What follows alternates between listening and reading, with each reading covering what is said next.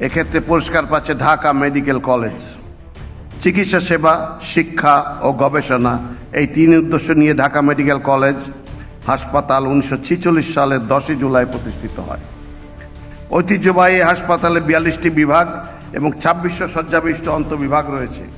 প্রতিদিন প্রায় 5000 রোগী বহির্বিভাগে ও 1700 রোগী জরুরি বিভাগে এবং অন্তঃবিভাগে 4000 রোগী চিকিৎসা গ্রহণ করে থাকে।